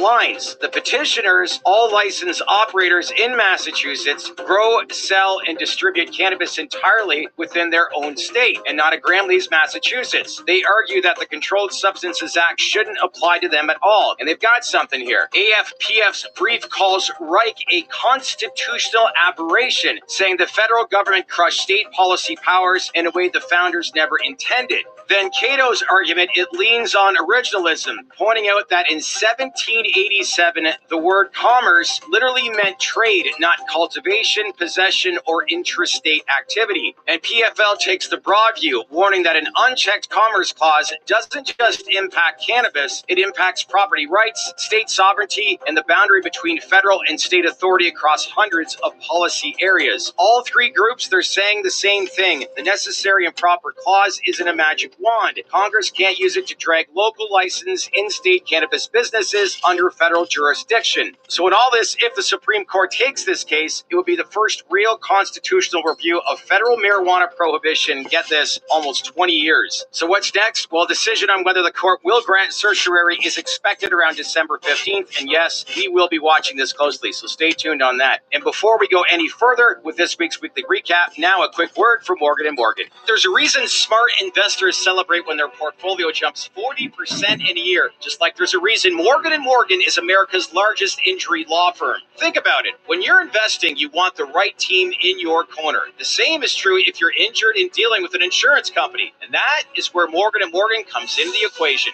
Why? Well, they've got more than 1,000 attorneys in over 100 offices nationwide, and they've been fighting for people for over 35 years, and their track record is hard to ignore. Case in point, in Florida, a client was offered $350,000, but walked away with $12 million. So in total, Morgan & Morgan, they've recovered more than $25 billion for over 500,000 clients. Because if you're injured due to someone else's negligence, you deserve to be paid. Not all law firms are created equal, but with Morgan & Morgan, their fee is free unless they win. You can start your claim right now by clicking the link in the description below or by scanning this QR code on your screen with your phone. At the end of the day, if you want what you deserve, make sure you go in with the right team by contacting Morgan & Morgan today. All right, let's get back to it now and head down to Texas where big developments are occurring this week. The Department of Public Safety has conditionally approved 9 new cannabis licenses under the expanded Texas Compassionate Use Program, also known as TCUP. Now, to be clear, these aren't full licenses just yet. Each applicant still has to clear a detailed due diligence review before they can indeed cultivate, manufacture, or sell anything. So keep that in mind. But this is still, if you look at it, a big expansion of Texas medical access since the program began. So the state currently has just 3 operational dispensaries, so adding 12 new licensees, 9 now and 3 more by April of 2026 is a big step forward. So get this, among the 9 conditional approvals are 2 big MSOs, and those, of course, are Trulieve and Verano. Texas has historically kept large operators at arm's length, so this marks a meaningful change in attitude. One notable company that didn't get a license, though, was Village Farms. We'll get into that later in our weekly recap. So when we look at these licenses, the new law also broadens the list of qualifying conditions. They add chronic pain, traumatic brain injury, Crohn's disease, and other IBD conditions, and access to palliative and hospice care. So really, if you look at this is a state that has been inching forward for years, but this is the closest Texas has to come to real medical cannabis modernization. So is it slow? Yes, but unmistakably moving. Next, let's now move to a fascinating new government-funded study that has flipped an old slogan on its head. Researchers at the University of Maryland, they reviewed annual reports from regulators in all 24 adult-use states, and here's what they found. 68% of cannabis regulatory agencies explicitly include public health in their mission statements. For alcohol regulators, only 35%. So for years, the message was regulate marijuana like alcohol, but the data suggests most states actually regulate cannabis more carefully than alcohol, at least from a public health perspective. And in addition to that, the study also found something else. States that legalize through legislatures, not ballot initiatives, reported strong health-oriented oversight, and that applies to both cannabis and alcohol. So when you look at this, the research was funded by California's DCC and published in the Internal Journal of Drug Policy. And this comes indeed at a time when Congress is debating federal cannabis frameworks and alcohol industry groups continue lobbying heavily on hemp and marijuana issues, and that is for sure. So add this into the bigger picture here, including one GOP senator recently declaring that federal prohibition opponents have lost, and it's clear that national cannabis policy is moving towards a new phase. All right, that's it for reform side. Let's now shift gears to the business side, and here is where we begin, and it's in the state of Virginia. So the Cannabis Company Holdings, they made a big move this week. They sold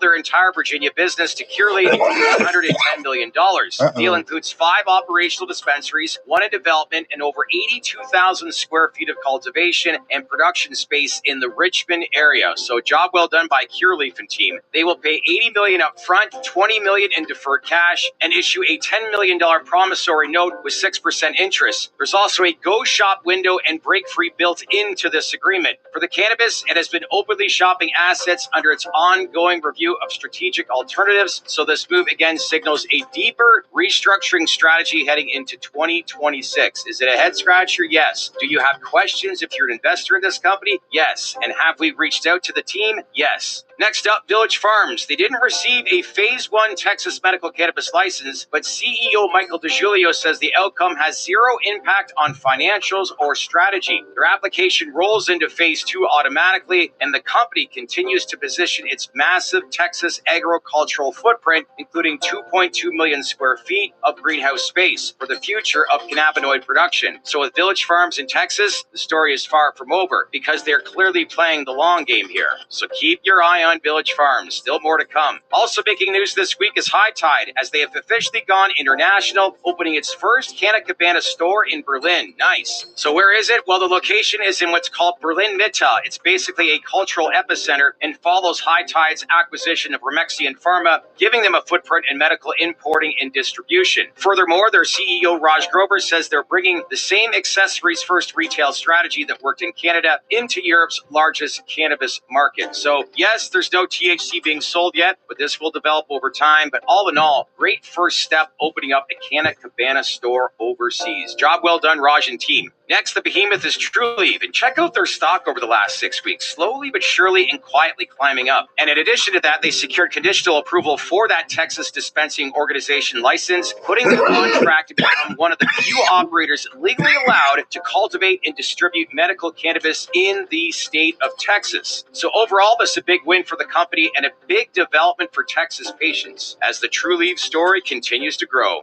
Next up, in Canix Healthcare. Get this, the FDA has granted fast-track designation to IHL42X. It's the company's oral drug candidate for obstructive sleep apnea. Early data definitely is strong, with some patients seeing up to 83% reductions in apnea episodes. So this could become the first approved oral therapy for OSA. This was big news, and it was overlooked by many. So keep your eye on Canix. Next up is Fluent, who reported their Q3 results, showing steady revenue but weaker margins. The company is betting on new cultivation assets, including its Rosa indoor facility, to drive a margin rebound in 2026. They also continue expanding in New York, Florida, and also Texas. Yes, Texas. So all in all, that's your weekly recap. Busy week for Anthony and I as we were in Las Vegas and heard some news about the hemp industry, about rescheduling, among other things. Outside of that, yes, there was some announcements this week, but comparing it to other weeks, a little bit quieter, but we're gearing up for the holiday season, and all eyes continue to stay on Washington to see whether or not we get some sort of direction or feedback regarding rescheduling before year's end. My opinion,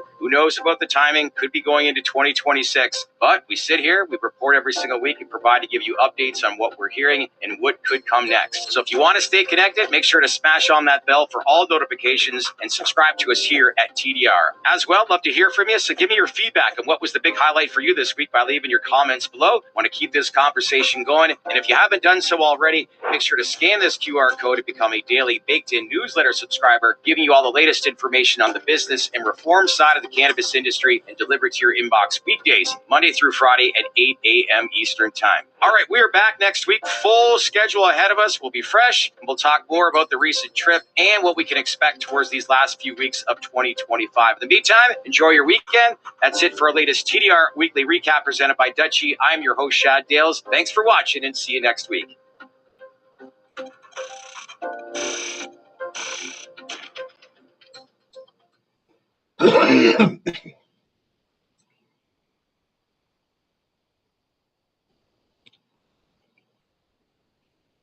Everybody in New York was calling to get down with Mr. Nice Guy. We met all kinds of customers, like this guy here. He's what we call an enhancement smoker, because he thinks that marijuana makes every activity that much better. Casa su casa. Observe. You're Scarface, right? Yeah. I love Al Pacino, man. Did you ever see Son of a Woman? Yup. You ever see Son of a Woman on weed? That's the way to see it, man. It's just whack.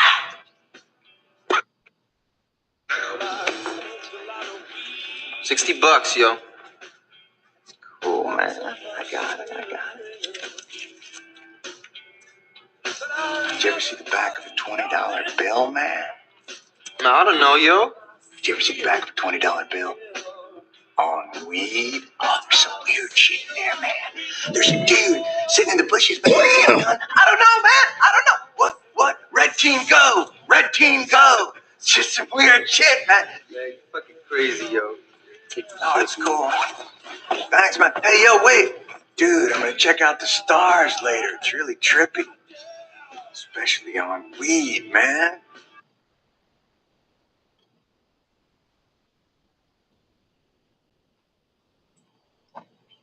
If you're seeing seeds in your buds and wondering what the hell went wrong, this video might save your next grow. But first, check this out. We want you to come on over and join us at RealDGC.com. I wanted to remind you all, membership is free, guys. We have a great growing community over there for real. Check out these groups. You're going over there to ask a grow question, hang out and grow talk, throw down some memes. We have 4,000 active growers over there. No censorship. RealDGC.com. Membership is free. Come on over and hang out. Step up and become a producer. Get those grower dividends. You'll see what I'm talking about. Check out RealDGC.com. Get grow strong, yo. Let's get into this, Scotty, because just recently, man, I had feminized seed, female flowers. Why am I saying some nanners? What's happening? Yeah, and nanners, those are basically pollen sacs, right? You got a female plant, all of a sudden it's making pollen sacs, which is the male parts. It's going to pollinate your room. For me, it was from seed. It can definitely happen from seed. That's a genetic response. I didn't have a stress response for it, but it's something. The first thing you're going to see is they're yellow. They don't look like the pistils, and they'll come on third week, maybe fourth week of flowering.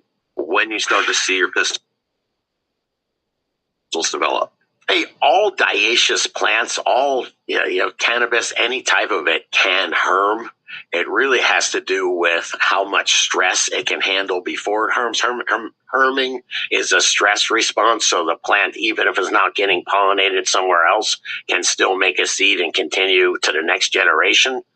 So some of the breeders, really good breeders, have bred out most of the herm traits. So now they say, hey, I'm not going to work with this mother or whatever in father, in I guess it'd be a mother, unless it has a unless you can stress the heck out of it and it doesn't herm. And that's why really good growers do that. I seen Rasta Jeff looking over your shoulder there, dude. A guy like that, seriously, that's why there's a lot of work that goes into making these strains, because you got to weed out the wimpy, and then you got to stress the heck out of these things to find which ones are worthy. Yeah.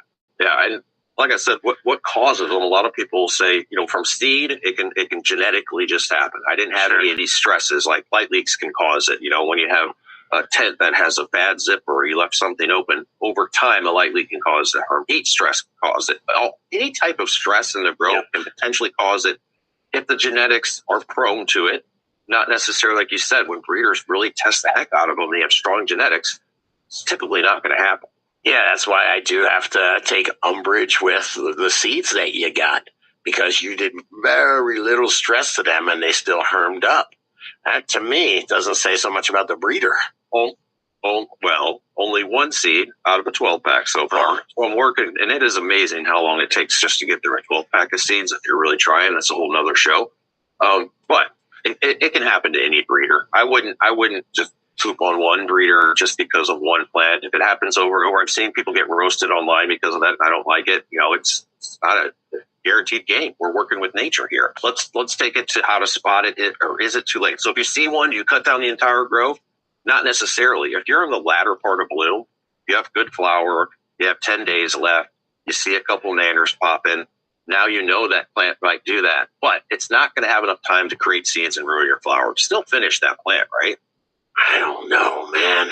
Grambo. Yeah. What's up, Grambo? Yeah, I have a little experience in this. Yeah, I don't have any experience. This is why I take really good clones from really good growers. I don't grow from seed. Yeah, no, I had a whole, back in the production days, a whole crop threatened, and I went through, you spray them with a little mister bottle, and you go through with tweezers, and you gently pluck them, because there still could be a little pollen. A lot of them are sterile. The nanners won't have any pollen in them. Some do. So spray them so it doesn't fly everywhere, tweezer them out, and just get your Daniel San wax on, wax off. That's saving the crop. That means you're pretty late into bloom. If I see this mid bloom or even before like 30 days, I'm like, dude, I'm not going to deal with this. There's tons of time for the bud to get seeded out. Like, I definitely get rid of it if you have other genetics in the same bloom room that aren't showing any of the traits, because they could cross pollinate. So just depends on the timing of when it happens. Dude, you're in the room pinching your nanners, man. I love it. Yes, he's pinching bananas. Oh, good stuff. What about you guys? Leave us some comments, man. How do you deal with this? I mainly see it as a genetic issue. Have you had that happen because of stress? And which stresses have you found that can cause hermaphroditic traits in your growth? Leave some comments below. Dude, they should like this video, right? By hitting the like button, hitting the subscribe button if you haven't already. Share this video with another grower you know. And Grambo, they should definitely check out the other couple of videos YouTube's recommended. You work very hard on them. I'd go the one on the top. Definitely share that video at least, right? Right. From summer's end till the winter comes, till gray days turn to yellow ones. I stay grinding for mine. I try to tell them once, to travel to the moon, you gotta brave the elements. And battle many goons, you gotta cage the elephants. It's elementary, I speak with a certain eloquence. I smoke hella blunts, a habit I've been developed since I was a young boy playing the silver ball. See them stand, feel them fall, Metallica, kill them all. Living like this is my last moment, but a moment could last forever. Snap a picture in that colon. Give whatever you going, sip in your glass, hold it up, hit the side on mine, get the tip in the back, go in. So many days we were sitting low, better get busy living till the day you give it and then get to go where the sinners go, pulling the cash and spend it slow, better make it fast, redemption, no matter no money, yo, it's all expendable, you'll be alright, yeah.